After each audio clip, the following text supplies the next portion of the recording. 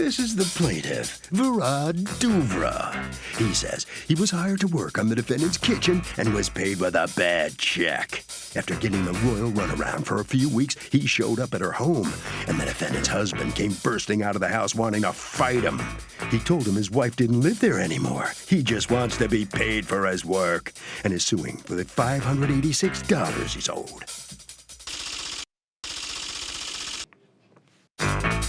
This is the defendant, Shelley Stern. She says the plaintiff promised to get the job done by Thanksgiving.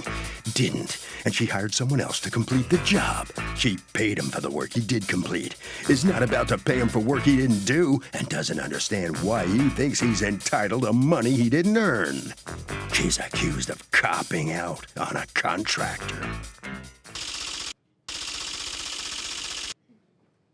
All parties, please raise your right hand. Welcome back to the People's Court. Next case on the docket. The plaintiff was hired by the defendant to do work in the kitchen and stop payment on the check, but the defendant says he promised the work would be done by Thanksgiving, and it wasn't. It's the case of your real turkey. Thank you, Douglas. Virad Duvra? Yes. You are suing Shelley Stern for $586. $36 of that for a bank return fee for a check she gave you that bounced, and the rest for work that you did. Tell me what happened. Your Honor, I am a contractor. In her house, she need to get a floor done, a countertop, and replace a dishwasher and a cabinet in the wall. Okay. Her wall in the kitchen have what they call backsplash, was already match the countertop, everything. She want me to do a countertop to match the same backsplash that she have in the wall. And her countertop is a special made because it's square all around. It's not, you don't have bevel, that have to be a special made. I have to go to a place where they make countertop to make this one all a square for her.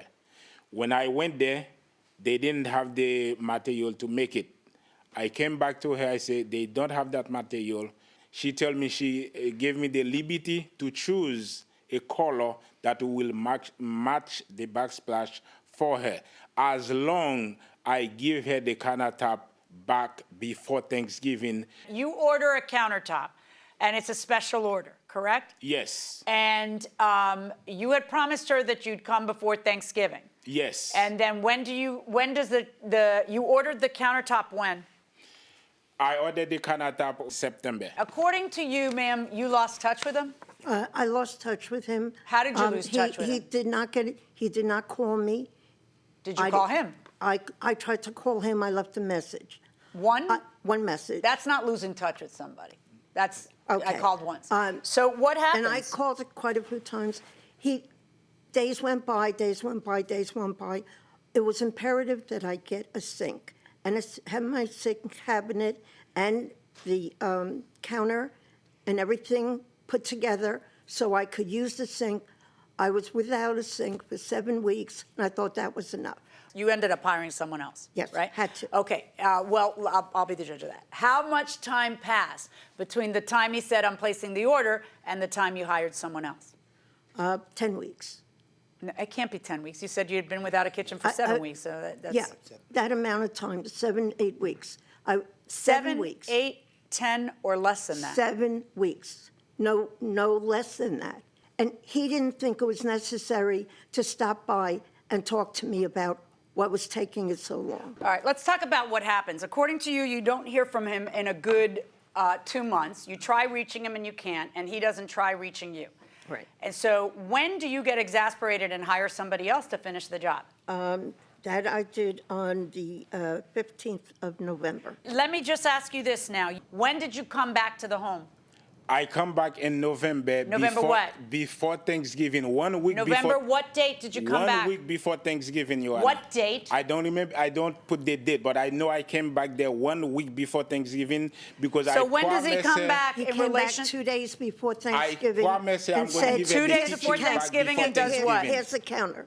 Here's a counter. So he Yeah. brought the counter with him. Yeah, the job was completed. And by then the job was done, so you told him the job's been done. And then Job's what been does done. he say? He said, I want my money anyway. Can you tell me what the 550 represents? Your Honor, this contract he drew between me and her, and this is her handwriting. $400 here is for the countertop. That's what they're going to charge me to make the countertop because it's in a special made. $950 is for my labor and to put a subfloor for her and tile over the subfloor. Did you put the subfloor? Yes, I did. Did you put the tile? Yes, I did. Okay. Is So, that accurate that he put in a floor? During put in the a time, subfloor, Your a Honor, tile. Just a during the, moment. Yes, he already had the deposit of 400. Then he wants now 550 for work. But you wrote him a check. I wrote him a check to get him out of my house because I said, you see the job is done, where the hell were you? And then what did you put a stop payment the next day? Yeah. You can't do that. He didn't do the job. He No, didn't I do understand, the job. but you can't do that. You know, you can't write a check and then say, ha, ha, ha. How much money had she paid you up to that moment? at the moment, she paid $400 to order the countertop when I first went there. Okay, Then hold the on. $950 was to Show me your contract with her that you wanted me to see. Yes, here it is. $950 was for labor and material to do the subfloor. She told me, while I'm waiting for the countertop, come do the floor for her, but she don't have the money right now. So that part gets done, and then that $950 also includes labor on the countertop. Yes. Okay. What you end up doing is you tell her you owe me $550, and that $550 would. I split the cost of install the countertop and install the cabinet. I take that off. I give her. How did you split it? That's exactly why from the $950, I take $400 off for the work that I didn't do. I did not install the countertop. I did not install the cabinet. I did not do the plumbing. I take $400 off for that. Then for buying the plywood, install it, screw it, buy glue, buy the tile, take my time to put it down. I tell her, give me $550 for that. And that's what she write me the check for. What happens with the $400 she already wrote you for a countertop she couldn't use? Because that was already paid for the countertop. I gave her countertop, was especially made for her kitchen. You left the countertop at her house? She have the countertop. Her husband went and opened the garage. I put it in the garage for them, which is match day kitchen. They can use it at any time they feel like. Oh, right, because you know how people are always, they switch them like they switch your underwear, switching countertops. The one that's in there, let's just switch them today because I can use it at any time. Come on. I promise her I will be there before Thanksgiving, and I was there before Thanksgiving. I understand that, but how is it that I want to know how it takes from September to November? I just don't understand how something would take from September. Because first of all, they did not have the laminate. She told me she gave me the And when we say, by the DBT. way, when we say September, it's September 29. It's not September 1st. September 29, that's almost October, but go ahead. Yes, when I went there in October, here's 3 samples that I bought you. And Pick one. Hold on one second, I'm sorry. And sometime in October, what is happening is not crickets. What's happening is he's doing the floor, because he's in your house in October doing the floor, right? Yes, Okay. because she called me, said, do the floor for me. How long did it take you to do the floor? It took me 1 day to do the floor. Okay, because the problem you have and the problem that I have is that you wrote a check. And it's, you know, when you say, well, I just wanted him out of there, he wouldn't leave, you know, there's another way to get him out was just say, you need to go and call the police if he won't leave. She wrote the check knowing she'd stop payment. Is that illegal?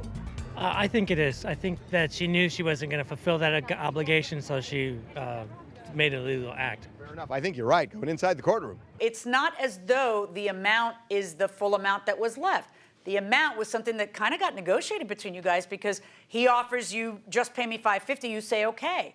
Here's where my problem lies. My problem lies in you having written a check, because it's a separate cause of action. When you write a bad check, if you write a check that you don't intend to honor, then you run and stop payment on it the next day, that's actually a separate thing. It's actually a crime also. But it's not okay, particularly when the amount of the check is essentially a negotiated amount between the two of you, less than what the contract says, due to the fact that you're unhappy because he didn't get there with what you thought was sufficient time, and he's unhappy because he doesn't get to do it and get his. So both of you give up something. That's what we call in the law accord and satisfaction. The two of you give up something, you pay him, and that's supposed to be the end of it. But then what you did was you went and stopped payment on it, and then that ends up costing him not just the $550 of your bad check that you passed him, but the $36 for the bank fees. Once you write a check and you negotiate, a reduced amount, You can't just run then later and stop payment on it. I find in favor of the plaintiff in the amount of the $586. All right, well, the judge has lowered the boom on the defendant, Ms. Stern. You have learned a valuable lesson here in court today, I think. Yes, I have. You did a no-no. I did a no-no. Yeah. You're right. Did you know she did this? After she told me. I haven't heard a peep out of you all the whole case, yeah. Do you think she should have done that? No. You're exactly right. That's I'm a what bad girl. You are a bad girl. I learned a lesson. You did. Never do it again. Okay. Are you happy with your kitchen right now? Very happy. Is it done and to your satisfaction? Yes, thank you for asking. You're very well. We want to know that as well. Okay, thank you very much. Thank you. must- My pleasure. You're guilty. You I'm must guilty. go sign some Okay, documents. thank Okay, you. very good. Mr. Duvra, Yes, sir. it's been a long time coming, but you're going to get your money. Yes, sir. Are you pleased? Yes, I'm pleased. Okay, sorry you had to go through all of this. Maybe if you'd kept closer in touch with her. I did keep contact with her. Yeah. She's a liar, and she lied to the judge a lot. In fact, she sent her husband to fight me, but since I see he was an elderly man, so I just walk away from him. I called the police. So Really? she's a very good liar. You really? Oh, my goodness. Yes. She loves to lie. What a case. All right, thank you very much. Thank you Okay, very good much. luck to you. Okay. Harvey? You know, in a lot of states, Doug, you're responsible for 3 times the face value of the check if you do what she did.